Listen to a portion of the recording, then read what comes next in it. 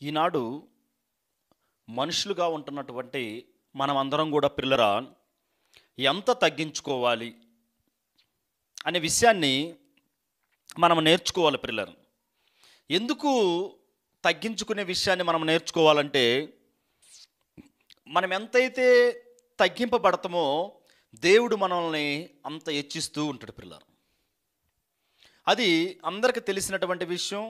మనకి బైబిల్లో కూడా చాలా లేఖనాలలో నీవు తగ్గింపబడితే హెచ్చిస్తావు అనే విషయాన్ని దేవుడు చాలా స్పష్టంగా మనకు తెలియజేశాడు. అయితే వాస్తవంగా ఇక్కడ మనం నేర్చుకోవాల్సినటువంటి విషయం ఏంటంటే పిల్లరా, బాగా గమనించాలి. ఈనాడు మనం చూడగలిగితే పిల్లలు తగ్గి ఉన్నారా తల్లిదండ్రుల పట్ల అంటే లేరు. పిల్లలు ఏ విధంగా ప్రవర్తిస్తున్నారు పెద్దవారి పట్ల అంటే అసభ్యంగా ప్రవర్తిస్తున్నారు, ఎదిరిస్తున్నారు తెలుసా. చాలామంది కూడా మనం చూడగలం. ఈనాడు మనం చూడగలిగితే రోడ్డు మార్గంలో కూడా అలాగా వెళ్ళిపోయామనుకోండి. వయసులో వృద్ధాప్యంలో ఉన్నటువంటి వారు ఉదాహరణకు ఒక 2 వీలర్లో వెళ్తున్నారు అనుకోండి. చిన్నపిల్లవాడిని అలా తగిలాడు అనుకోండి, పోనీలే వయసులో ఉన్నటువంటి ఆయన పెద్ద ఆయన ఏదో తెలిసి తెలియక తగిలాలే అని వదిలేస్తున్నారా? లేదు పిల్లారా. మనము రోడ్లలో కూడా చూడగలం. రోడ్డు మార్గాల్లో కూడా మనము బాగా గమనించగలిగితే చిన్న పిల్లలుగా ఉన్నటువంటి వారు పెద్దవాడిని ఎదిరించి మాట్లాడడం. అంటే ఎవరైతే మీ వయసులో ఉన్నారు కదా వాళ్ళని మనం గౌరవించాలి అనేది ఉందా అంటే లేదు పిల్లారా. అది ఎంత తగ్గించుకోవాలి అంటే, మనము ఎంత తగ్గించుకోవాలంటే మనం ఎంతైతే తగ్గించుకోగలుగుతామో వారి పట్ల అంత తగ్గించుకోవాలి పిల్లలు. ఉదాహరణకి ఒక దెబ్బ కొట్టినా కూడా మనము కొట్టించుకునే విధంగా ఉండాలి. ఈ విషయానికి వచ్చినప్పుడు ఒక విషయాన్ని చెప్పి నేను ముందుకు వెళ్ళిపోతాను. మా స్వార్థికులు కుమారుడు ఒక అబ్బాయి ఉన్నాడు. ఆ అబ్బాయి స్కూల్లో ఒక అమ్మాయి అలాగే ఉమ్మేసింది పైన ఆ అబ్బాయికి. అలాగే ఉమ్ము మొఖాన ఊసేసింది. మొఖాన ఊస్తే ఆ అబ్బాయి ఒక్క మాట కూడా నోరు కదపలేదు తెలుసా. నిజంగా నేను ఇప్పుడు కూడా ప్రతిరోజు ఆ అబ్బాయిని అనుకుంటూ ఉంటాను. ఏమంటే అబ్బా అంత ఓర్పు ఎక్కడి నుంచి వచ్చింది ఇతనికి, అంత తగ్గింపు స్వభావం ఈ అబ్బాయికి ఎక్కడి నుంచి వచ్చిందని నేను ప్రతిరోజు కూడా అనుకుంటూ ఉంటాను ఆ అబ్బాయి గురించి. అలాగ ఉమ్ము వేసినప్పుడు అలాగే కారి కిందకు వచ్చింది. ఆ ఉమ్ము అనేది కారి కిందకు వచ్చినా కూడా ఒక్క మాట కూడా నోరు కదపల. ఇంటికి వచ్చి మా స్వార్థికుల దగ్గర చెప్పారు, నాన్న ఈ రకంగా ఉమ్మేశారు నా మీద, అయితే నువ్వేం చేసావు నాన్న అంటే నేను ఏం చేయలేదు, అలాగే ఉండాలి అని చెప్పారు.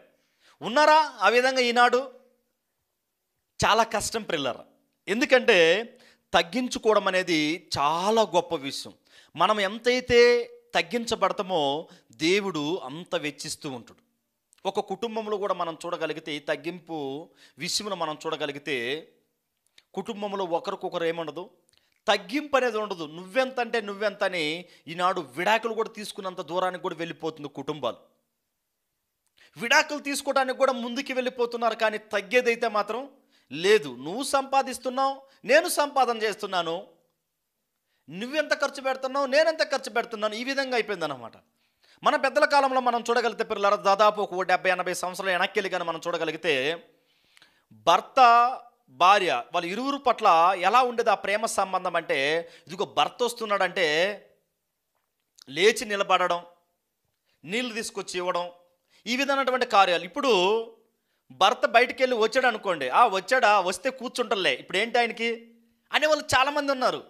వాస్తవంగా మనకు నవ్వొస్తుంటుంది, కానీ ఈ పదాలు అబ్రహాము విషయంలో మనము శారా ఎలా పిలిచింది అంటే ఎంత తగ్గించుకున్నదంటే యజమానుడా. ఎలా పిలిచింది ఆమె? యజమానుడా అని గొప్ప పిలుపు పిలవగలిగింది పిల్లరా. ఎక్కడ నేర్చుకున్నది ఈ తగ్గింపు స్వభావం అంటే దేవుని దగ్గర నేర్చుకున్నది పిల్లరా. అబ్రహాం గారు కూడా ఎలా ప్రవర్తించాడు తన భార్య పట్ల అంటే, భార్యకి ఏ విధంగా అయితే నడుచుకోవాలని చెప్పాడో దేవుడు ఆ విధంగా ఆమెను ప్రేమించాడు.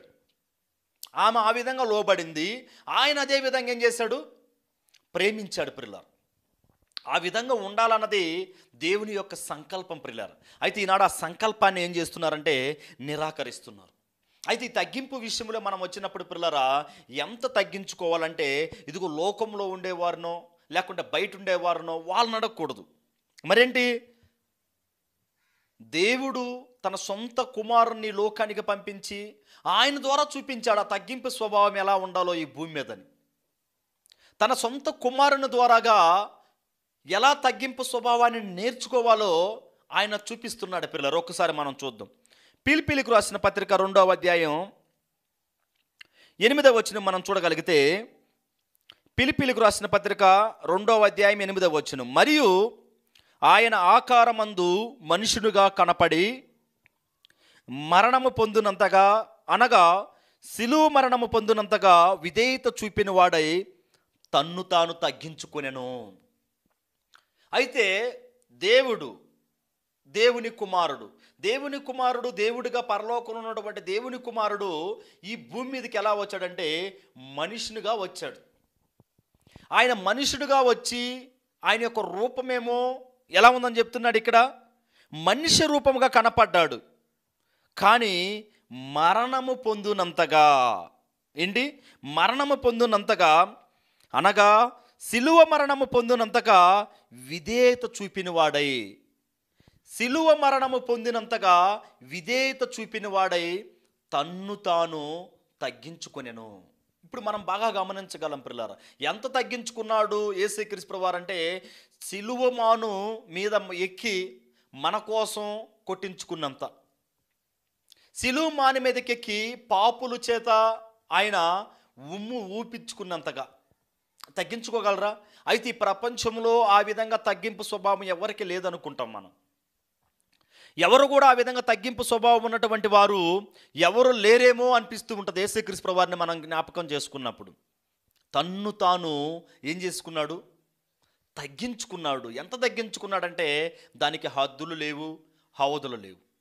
దానికి హద్దులు ఉన్నాయా ఆయన తగ్గించుకున్నటువంటి ఆ తగ్గింపు స్వభావములు అంటే దానికి వెల కట్టలేనటువంటి విధానంలో తగ్గించుకున్నాడు పిల్లలు. వెల కట్టగలుగుతున్నామా, వెల కట్టలేకపోతున్నామంటే వెల కట్టలేనంతగా ఏం చేస్తున్నాడు, వెల కట్టలేనంతగా ఆయన మన కోసం తగ్గించుకున్నాడు పిల్లలు, మన కోసం తగ్గించుకున్నాడు. ఒకవేళ ఆనాడుగానే ఆయన తగ్గించుకోకుండా ఉండుంటే ఆ శిక్ష అనేది మనము భరాయించవలసినటువంటి అవసరం ఉండేది. ఆ శిక్ష అనేది మనము పొందవలసినంతగా ఆయన తగ్గించుకున్నాడు పిల్లలు. అయితే బాగా గమనించగలిగితే పిల్లలు ఎంత తగ్గించుకున్నాడంటే, శిలువ మరణము పొందినంతగా విధేయత చూపినవాడై, శిలువ మరణము పొందినంతగా విధేయత చూపినవాడై తన్ను తాను తగ్గించుకొనెను అనేది మొదటి సందర్భంగా మనం చూస్తున్నాం పిల్లలు. అయితే రెండో సందర్భంగా మనం చూడగలిగితే పిల్లరా, ఆయన ఏ విధంగా ఉన్నాడు అనే విషయాన్ని మనం చూడగలిగితే, ఆయన ఏ విధంగా అసలు ఆ సాత్వికుడైపోయాడు, ఏ విధంగా ఎంత తగ్గించుకున్నాడు అనే విషయాన్ని మనం రెండో సందర్భాన్ని మనం చూడగలిగితే పిల్లరా, మత్తయి సువార్త 11వ అధ్యాయం 29వ వచనం ఆయన చెప్తున్నటువంటి మాట ఏంటంటే, నేను సాత్వికుడను దీన మనసు గలవాడును కనుక మీ మీద నా కాడి వెత్తుకొని నా యొద్ద నేర్చుకొనుడి, అప్పుడు మీ ప్రాణములకు విశ్రాంతి దొరుకును. అయితే మనకుండే ఆ కాడిని తీసుకెళ్ళి ఆయన మీద మోపంతగా, సాత్వికుడు అనే పదాన్ని కూడా మనం అర్థం చేసుకోగలిగితే పిల్లరా, ఇంకా ఎంత తగ్గించుకున్నాడంటే దానికి లెక్కలు కట్టేదానికి లేదు పిల్లరా. లెక్కలు కట్టనంతగా ఆయన తగ్గించున్నట్టుగా మనం చూస్తూ ఉన్నాం. ఆయన అంటున్నాడు, నేను సాత్వికుడను దీన మనసు గలవాడను కనుక మీ మీద నా కాడి ఎత్తుకొని నా యొద్ద నేర్చుకొనుడి, అప్పుడు మీ ప్రాణములకు విశ్రాంతి దొరుకును. మీకు విశ్రాంతి దొరకాలంటే ఆ కాడనే భారాన్ని నా మీద వేయండి.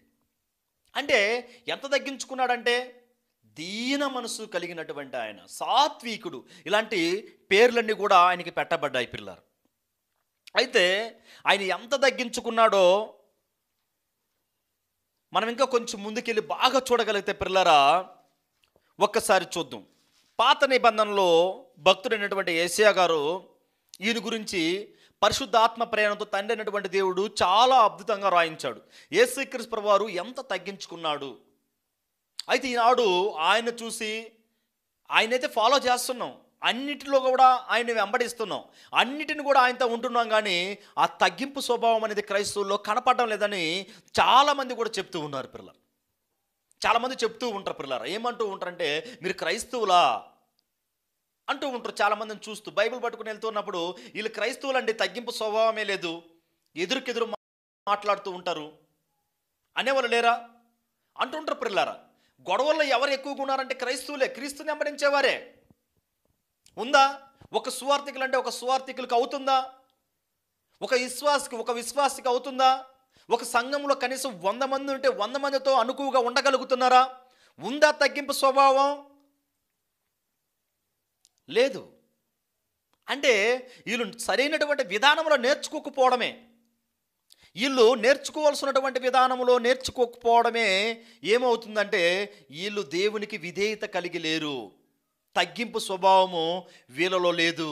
అయితే యేసుక్రీస్తు ప్రభువారు ఏ విధంగా తగ్గించుకున్నాడు అనే విషయాన్ని ఒకసారి మనం చూడగలిగితే, యెషయా గ్రంథం 53వ అధ్యాయం 7-8 వచనాల్లో మనం చూడగలిగితే పిల్లరా, అతడు దౌర్జన్యము నొందెను, బాధింపబడెను, అతడు నోరు తెరపలేదు. అతడు దౌర్జన్యము నొందెను, బాధింపబడినను నోరు కదపలేదు. ఏ తప్పు చేయలేదు. ఎలాంటి నింద అయితే మాత్రం ఆయన మీద మోపారంటే, ఎలాంటి నింద మోపారు? పాపి అనే నింద మోపారు. ఎవరు చేసినటువంటి పాపాలు ఇవన్నీ కూడా? ఇవన్నీ కూడా మనుషులుగా ఉన్నటువంటి మనం అందరం చేసినటువంటి పాపాలను బట్టే ఆయన మీద మోపుకున్నాడు. కాబట్టి ఆయన నోరు కదపల. బాధింపబడినను అతడు నోరు తెరపలేదు. వదకు తేబడు గొర్రె పిల్లయు, బొచ్చు కత్తిరించు వాని ఎదుట గొర్రెయు మౌనముగా ఉండునట్లు అతడు నోరు తెరపలేదు. వదకు తేబడు గొర్రె పిల్లవలే అంటే ప్రాణాన్ని తీసేయటానికి తీసుకొచ్చినటువంటి ఆ గొర్రె పిల్లలాగా మౌనంగా ఉన్నాడు. ప్రాణాన్ని తీస్తున్నా కూడా గొర్రె పిల్ల మౌనంగా ఉంటుంది. ఆ విధంగా తగ్గించుకున్నాడు. అంత తగ్గించుకున్నాడు యేసుక్రీస్తు ప్రభువారు. ఇక్కడ చెప్తున్నాడు పిల్లరా, బొచ్చు కంతిరించు వాని ఎదుట గొర్రె ఎలా మౌనంగా ఉండునట్లు అతడు నోరు తెరవలేదు. మీరు గొర్రెల దగ్గరికి వెళ్ళి మీరు చూడగలిగితే పిల్లరా, ఆ కాపరులుగా ఉన్నటువంటి వారు ఏం చేస్తూ ఉంటారంటే, ఆ పైన ఉన్నటువంటి ఆ యొక్క బొచ్చు అనేది ఉంటుంది, అదంతా బాగా పెరిగినప్పుడు ఏం చేస్తూ ఉంటారంటే బాగా కత్తిరిస్తూ ఉంటారు పిల్లలు. మీరు బాగా గమనించగలరు. కత్తిరించుతూ ఉన్నప్పుడు అది ఎలా ఉంటుందంటే మౌనంగా అలాగే ఉంటుంది పిల్లలు. అది ఎంత తగ్గించుకున్నది తన కాపరి ఎడల ఆ గొర్రె అంటే తన ప్రాణాన్ని ఇవ్వటానికి కూడా సిద్ధమైపోతుంటాయి పిల్లల గొర్రెలు. మీరు గొర్రెలతో ఎందుకు పోలుస్తున్నాడు ఎక్కువగా కూడా మనుషులను అంటే, గొర్రె అనేది ఒక సాధువైనటువంటి జీవి పిల్లలు, సాధువైనటువంటి జీవి. మీరు బాగా చూడగలిగితే కొన్ని దిక్కుల అసలు గొర్రెలు పైనే చూడవు. అవి ఎలా ఉంటాయంటే అలాగే తల ఉంచుకొని వెళ్తూ ఉంటాయి. ఒక్క గొర్రె అవతలకు దూకిందనుకోండి, ఇక మిగతా గొర్రెలు మొత్తం కూడా అది మంచి చెడ్డని కూడా ఎరగదు, మొత్తం కూడా దాంతోపాటు వెళ్ళిపోతూ ఉంటాయి. ఒక్క గొర్రె చనిపోయినా కూడా మిగతా గొర్రెలు ఆగిపోవు, ఇవి కూడా చనిపోవడానికి సిద్ధమైపోతూ ఉంటాయి. అంత గొప్ప జీవులు పిల్లలు ఆ గొర్రెలు. ఆ గొర్రెలతో పోలుస్తున్నాడు యేసుక్రీస్తు ప్రభువు. ఉన్నాడంటే వద్దకు తేబడినటువంటి గొర్రెగా ఎలా మౌనంగా ఉందో ఆ విధంగా ఉన్నాడు. బొచ్చు కత్తిరించున్నటువంటి ఆ కాపరి అది ఎలా కత్తిరిస్తున్నాడు మౌనంగా ఉన్నదో ఆ విధంగా ఉండిపోయాడు. అలాంటి తగ్గింపు స్వభావము మనము ఈనాడు కలిగి ఉండాలని మనకు నేర్పిస్తూ ఉన్నాడు పిల్లలు. 8వ వచనం చూద్దాం. అన్యాయపు తీర్పు నొందిన వాడై అతడు కొనిపోబడెను. అన్యాయపు తీర్పు తీర్చబడిన వాడై కొనిపోబడెను. అయితే ఆయన తప్పు ఏమీ చేయలే. తప్పు ఏమీ చేయకున్నా కూడా, అన్యాయమైనటువంటి ఆ తీర్పు తీర్చబడినా కూడా మౌనంగా ఉండిపోయాడు. ఈనాడు కూడా పిల్లరా మనం చూడగలం. మనం దారి మార్గంలో వెళ్తున్నాం అనుకోండి, తప్పు ఏమి చేయలే, ఎవరన్నా వచ్చి మనల్ని ఒక మాట అన్నారు అనుకోండి, అంటే అన్నారులే పెద్దవారు తెలిసి తెలియక అన్నారని అనుకుంటామా? ఖచ్చితంగా అనుకోము. మరి ఏమంటూ ఉంటామంటే అసలు వయసు చూడడం, వాళ్ళు ఎంతలో ఉన్నారా, ఎంత వయసా, ఎంత పెద్దవారా చిన్నవారా అవన్నీ కూడా ఏం గమనించలేకపోతున్నారు ఈనాడు. ఒక మాట అంటే చాలు, నేనేమి తప్పు చేయలేదు, నన్ను ఎందుకు తిట్టావు, నన్నేమి తప్పు చేయలేదు, నన్ను ఎందుకు కొట్టావు అని గొడవలు పడిపోతూ ఉంటారు పిల్లరా. ఆయన చెప్పే మాట ఏంటంటే, అన్యాయపు తీర్పు నొందిన వాడై అతడు కొనిపోబడెను. అతడు నా జనుల అతిక్రమమును బట్టి మొత్తబడిన కదా, సజీవుల భూముల నుండి అతడు కొట్టివేయబడిను. అయినను అతని తరములో ఈ సంగతి ఆలోచించువారు ఎవరు? అయినను ఈ తరంలో కూడా ఎవరు ఆలోచిస్తున్నారు? అప్పుడే ఆలోచించలేకపోతున్నారు ఆయన గురించి. అప్పుడే ఆయన ఉన్నటువంటి సరికాలంలోనే ఆయనకు తగినటువంటి విధానంగా తగ్గింపు స్వభావం కలిగినటువంటి వాళ్ళు ఎవరూ లేరు. మరి ఈనాడు ఉన్నారా? ఈనాడు తగ్గింపు స్వభావం కలిగినటువంటి వారు ఉన్నారా అంటే చాలా తక్కువ పిల్లలు ఉన్నారు, కానీ చాలా తక్కువ. ఎప్పుడైతే మనము తగ్గించుకోగలుగుతామో దేవుడు మనల్ని అంతా హెచ్చిస్తాడు పిల్లలు. మనం ఎంతైతే తగ్గించుకోగలుగుతామో దేవుడు ఖచ్చితంగా మనల్ని ఏం చేస్తాడంటే అంత హెచ్చిస్తూ ఉంటాడు పిల్లలు. అయితే మనము తగ్గింపు స్వభావము దేవునికి కనపడే విధంగా మనం తగ్గించుకోవాలి, మనుషులు కాదు.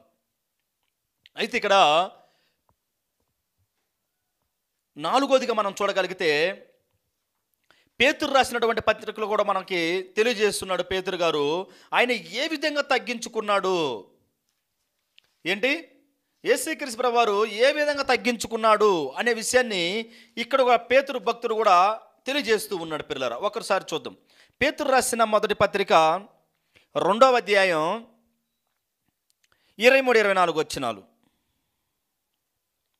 ఆయన దూషింపబడి బదులు దూషింపలేదు, ఆయన శ్రమ పట్టబడి బెదిరింపక న్యాయముగా తీర్పు తీర్చు దేవునికి తన్ను తాను అప్పగించుకొనెను. ఆయన దూషింపబడి బదులు దూషింపలేదు, ఆయన శ్రమ పట్టబడి న్యాయముగా తీర్పు తీర్చు దేవునికి తన్ను తాను తగ్గించుకొనెను, తన్ను తాను అప్పగించుకొనెను. ఎంతగా ఆయన తగ్గించుకున్నాడంటే దూషించబడ్డాడు, తిరగ ఒక్క మాట కూడా దూషించాల, మొదటిది. రెండోది ఏంటి, శ్రమ పెట్టబడ్డాడు, ఆయన కూడా శ్రమ పడ్డాడే కానీ ఆయన నోటితో కూడా ఏం చేయలేదంటే పాపము చేయలేదు, తన్ను తాను అప్పగించుకొనెను అని ఇక్కడ పేతురు భక్తుడు గారు చాలా అద్భుతంగా దేవుని గురించి రాయిస్తున్నాడు పిల్లలు.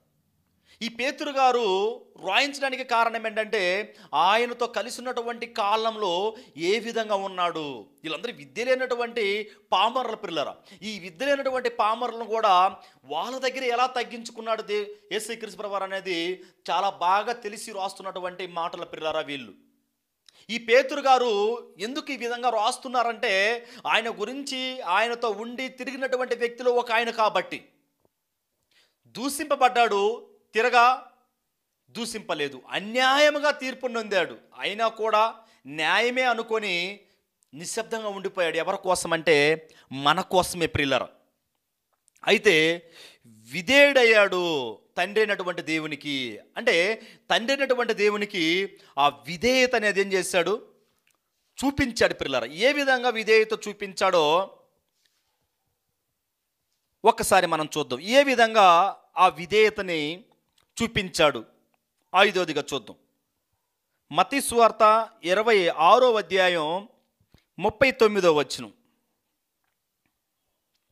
కొంత దూరం వెళ్ళి సాగిలపడి, నా తండ్రి, సాధ్యమైతే ఈ గిన్నె నా యొద్ద నుండి తొలగిపోమ్మని అయినను నా ఇష్ట ప్రకారం కాదు, నీ చిత్త ప్రకారమే కానిమ్మని ప్రార్థించను. ఆయన్ని సిలువ మీదకి అప్పగించి ఆ సందర్భాలలో ఆయన బాధపడుతూ చెప్తున్నటువంటి మాటల పిల్లలు ఏమంటున్నాడు, కొంత దూరం వెళ్ళి సాగిలపడిన తర్వాత, తండ్రి సాధ్యమైతే ఈ గిన్నె నా యొద్ద నుండి తొలగించును, అది నీ చిత్త ప్రకారమే, నా ఇష్టం ఏంటి కాదు. ఎంత తగ్గించుకున్నాడు పిల్లరా యేసుక్రీస్తు ప్రభువారు. ఈనాడు మనం ఎంత తగ్గించుకోవాలి మరి ఆయన దగ్గరకు వెళ్ళి? చర్చికి వెళ్తున్నాం, పాటలు పాడుతున్నాం, ప్రార్థన చేస్తున్నాం, వాక్య భాగం వింటున్నాం, ప్రభురాత్రి భోజనంలో చేస్తున్నాం, కానుకలు కూడా ఇస్తూ ఉన్నాం. ఇవన్నీ చేసేటువంటి మనము దేవుని పట్ల, మన సహోదరుల పట్ల ఎంత తగ్గించుకుంటున్నాం? తగ్గింపు స్వభావం కలిగి ఉన్నాం అనేది చాలా ప్రాముఖ్యత ప్రియులారా. యేసుక్రీస్తు ప్రభువు వారు ఆ చివరి దినాలలో కూడా ఆ తగ్గింపు స్వభావాన్ని శిష్యులకు నేర్పిస్తూ ఉన్నాడు ప్రియులారా.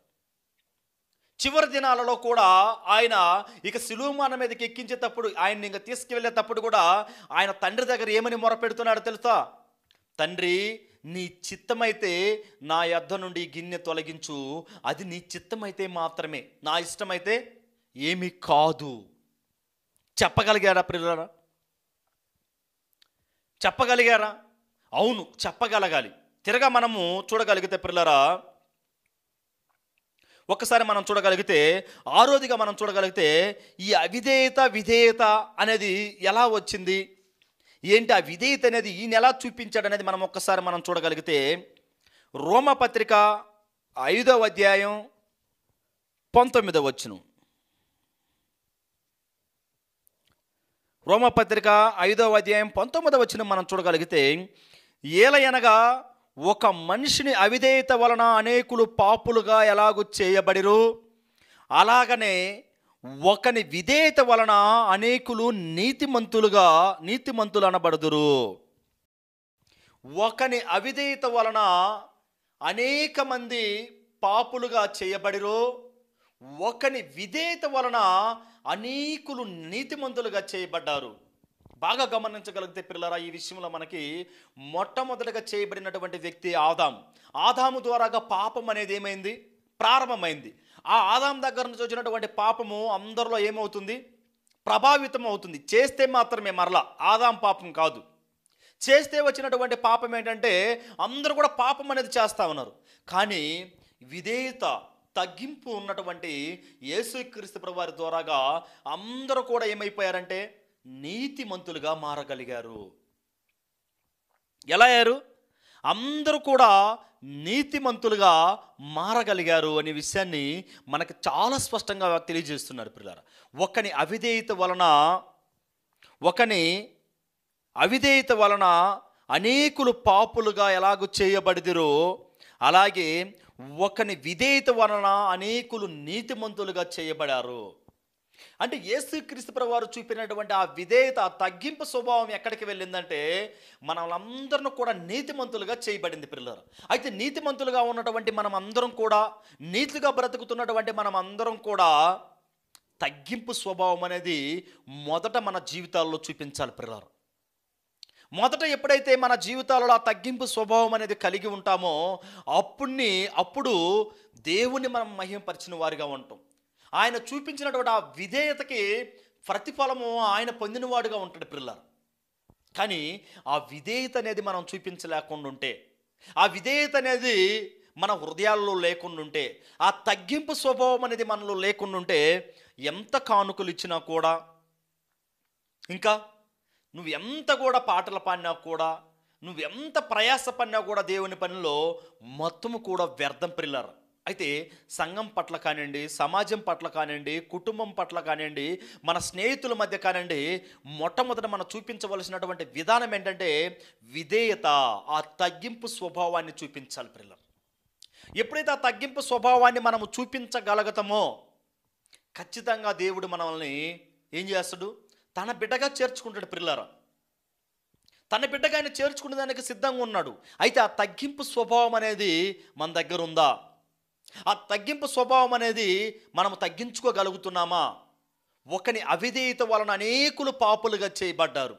మరి యేసుక్రీస్తు ప్రభువు వారి యొక్క విధేయత ద్వారాగా మనమందరం కూడా నీతిమంతులుగా మారటానికి ఒక గొప్ప అవకాశాన్ని మనకి ఇచ్చాడు పిల్లలు.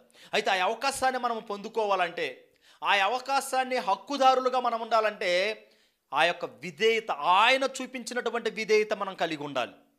ఆయన చూపించినటువంటి విధేయత ఎప్పుడైతే కలిగి ఉంటామో ఆయన యొక్క కుమారులు కుమార్తెలుగా మనమందరం ఉంటాం పిల్లలు. అందుకే తెలియజేస్తున్నాడు. యోహాను సువార్తను మనం చూడగలిగితే 7వదిగా మనం చూడగలిగితే యోహాను సువార్త 10వ అధ్యాయం, యోహాను సువార్త 10వ అధ్యాయం 17వ వచనం మనం చూడగలిగితే 10:17 నేను మరలా దానిని తీసుకున్నట్లు నా ప్రాణం పెట్టుచున్నాను, ఇందువలన నా తండ్రి నన్ను ప్రేమించుచున్నాడు. నేను దానిని మరలా తీసుకున్నట్లు నా ప్రాణము పెట్టుచున్నాను. ఎంత విధేయత చూపించాడు పిల్లరా, ఎంత తగ్గించుకున్నాడో యేసుక్రీస్తు ప్రభువారు అంటే తన ప్రాణాన్ని పెట్టేదానికి కూడా వెనక్కి తీల. చివరగా ఏంటి, తన ప్రాణాన్ని అర్పించడానికి కూడా ఆయనకి వెనక్కే తీల. ఆయన ప్రాణాన్ని పెట్టేదానికి కూడా ముందుకు వెళ్ళిపోయాడు. ఆయన అంటున్నాడు, ఇక్కడ చెప్తున్నటువంటి మాట ఏంటంటే, నేను దాన్ని మరలా తీసుకున్నట్లు నా ప్రాణము పెట్టుచున్నాను, ఇందువలన నా తండ్రి నన్ను ప్రేమించుచున్నాడు. నేను ఎంతైతే తగ్గించుకున్నానో అందుకే నా తండ్రి నన్ను ప్రేమిస్తున్నాడు. ఆ తగ్గింపు స్వభావం, ఆ విధేయత అనేది నాలో కానీ లేకుండా ఉంటే నా తండ్రి నన్ను ప్రేమించడు. అవన్నీ ఉన్నాయి కాబట్టి మొట్టమొదటిగా నా ప్రాణాన్ని నేను పెడుతున్నాను, నా ప్రాణాన్ని నేను పెడుతున్నాను, దాన్ని తిరగా తీసుకోగలను. ఒకవేళ మన ప్రాణాన్ని పెట్టామనుకోండి, మన ప్రాణమే ఇచ్చామనుకోండి, మన ప్రాణమే ఈనాడు పోయిందనుకోండి, మన ప్రాణమే ఈ భూమిని విడిచిందనుకోండి, ఒకరోజు విడిచిన తర్వాత ఆ యొక్క ప్రాణం తిరగా మనము మరొక లోకాన్ని స్వతంత్రించుకోబోతుందనే నమ్మకం ఉందా? నాకు పోయినటువంటి నా ఆత్మ మరొక ప్రదేశాన్ని, దేవుడిచ్చే ఆ ప్రదేశాన్ని, పరలోకాన్ని స్వతంత్రించుకోగలుగుతుంది అని ఉన్నామా? ఆ స్థితిలో మనం అనుకోగలుగుతున్నామా? చాలా కష్టమైనటువంటి పరిస్థితిలో ఉన్నాం పిల్లరా మనం అందరం కూడా. మొట్టమొదటిగా మనం గమనించవలసినటువంటి విషయం ఏంటంటే, యేసుక్రీస్తు ప్రభువు ఎలా అయితే తగ్గించుకున్నాడో ఆ విధంగా తగ్గించుకోవాలి మనం అందరం కూడా. ఆయన ప్రాణాన్ని పెట్టడానికి కూడా ఏమవ్వలేదు, వెనక్కి తీల. ఆయన ప్రాణాన్ని పెట్టేదానికి కూడా ముందుకెళ్ళాడు. ఎందుకు తన ప్రాణాన్ని పెట్టేదానికి కూడా ముందుకు వెళ్ళాడంటే, ఎందుకు తన ప్రాణాన్ని పెట్టేదానికి కూడా ముందుకు వెళ్ళాడంటే, మన ప్రాణాలన్నీ కాపాడటానికి, మనలందరూ కూడా రక్షించి పరలోకం అనే రాజ్యానికి చేర్చడానికి ఆయన ప్రాణం పెట్టాడు పిల్లరా. అంత తగ్గించుకున్నాడు. చివరగా మనము 8వదిగా మనం చూడగలిగితే,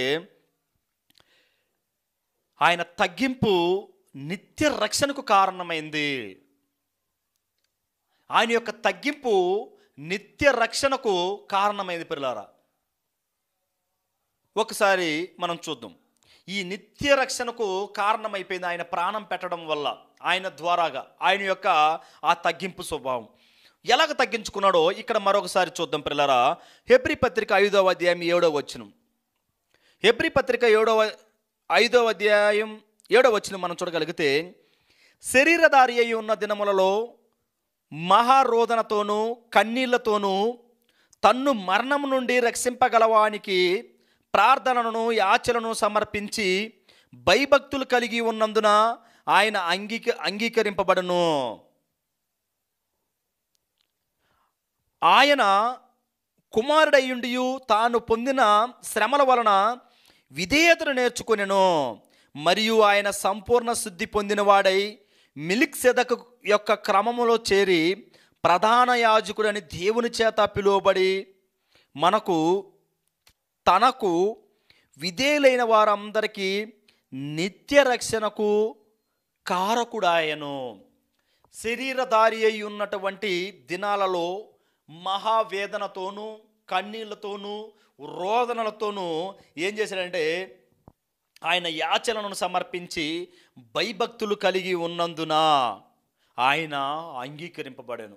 ఆయన ఉన్నటువంటి దినాలలో, శరీరధారి అయి ఉన్నటువంటి దినాలలో పిల్లరా, ఆయన యొక్క వేదన, బాధ, రోదన, కన్నీళ్ళు ఇవన్నీ కూడా చూడగలిగితే అంత తగ్గించుకున్నాడు పిల్లరా మన కోసం. ఏం చేశాడు? ఆయన చూపించినటువంటి విధేయత వలన, ఆయన పొందినటువంటి శ్రమ వలన, ఆయన ఉన్నటువంటి ఆ తగ్గింపు వలన మనమందరం కూడా ఏమైపోయామంట? నిత్య రక్షణకు కారణమైపోయాం పిల్లలు. నిత్యం ఉండే ఆ రక్షణ పొందుకోవడానికి ఆయన మన కోసం తగ్గించుకున్నాడు పిల్లలు. అయితే ఈనాడు మనము కూడా పిల్లరా, ఆ నిత్యము ఉండే ఆ రక్షణ మనం పొందుకోవాలంటే, నిత్యము ఉండే ఆ రాజ్యాన్ని మనం పొందుకోవాలంటే తగ్గింపు స్వభావం కలిగి ఉండాలి.